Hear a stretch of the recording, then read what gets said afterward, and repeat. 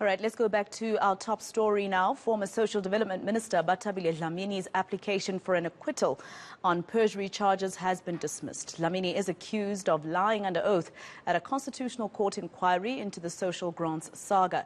She denies ever lying and insists that if she did so unknowingly, and she's pleaded not guilty. During her previous court appearance, her lawyers told the court that the state has failed to prove its case beyond a reasonable doubt.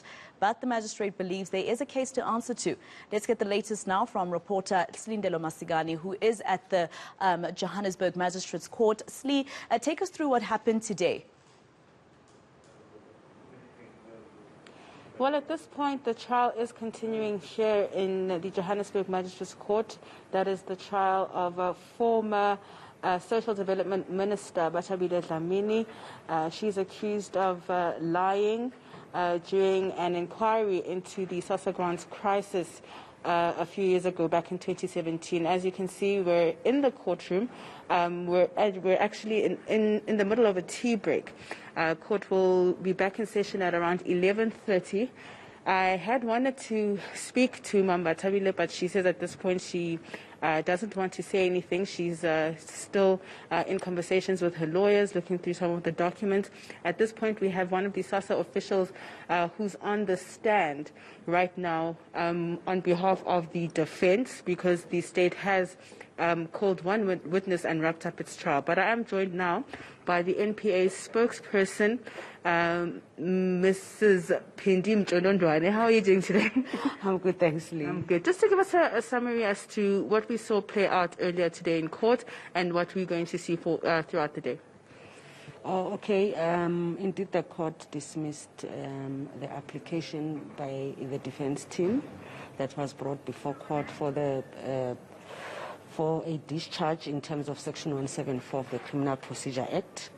And we welcome that decision as the state, as we have always maintained that the accused has a case to answer. And we are now at the stage where the defense opened its case. They are leading evidence in chief. They have called their first witness, who is currently leading the evidence in chief.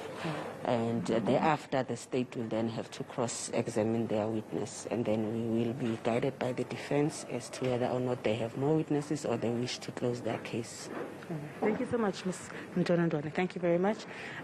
If you can look towards the gallery, Masiko, you can see that some of Bathabile Dlamini supporters have arrived. Mr. Mahuma Pelo, Mr. Carl Niehaus. How are you doing, sirs? Would you be able to come and speak to me, perhaps? Mr. Niehaus, please, if I could have a moment of your time.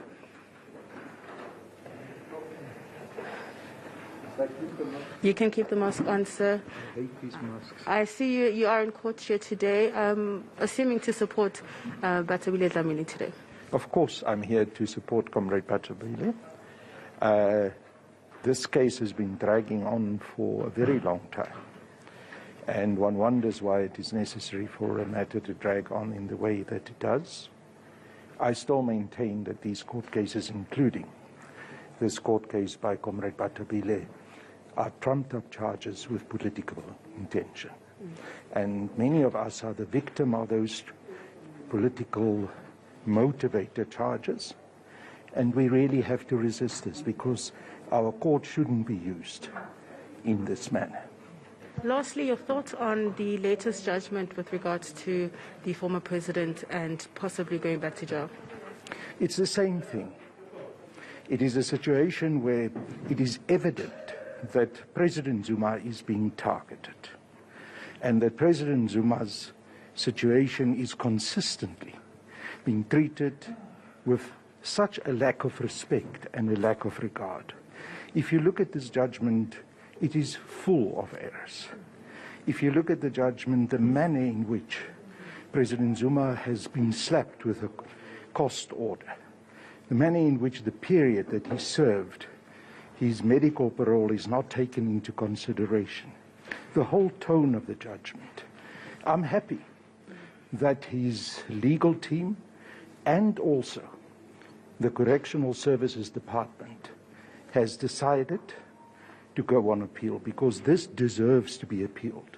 And I'm confident that the higher court will turn this very poor judgment around. But overall, we are facing a crisis in this country with regards to our courts and the legal system. It is being abused, it is being used for factional political purposes, and it undermines our constitutional state. It has to come to an end. Thank you so much. I think that's where we can leave it for now, Mr. Niehaus. Thank you. If I look at the clock right now, Masego, we've got 3 minutes until court resumes. So this is where we can leave it for now. The trial does continue here in the Johannesburg Magistrates Court.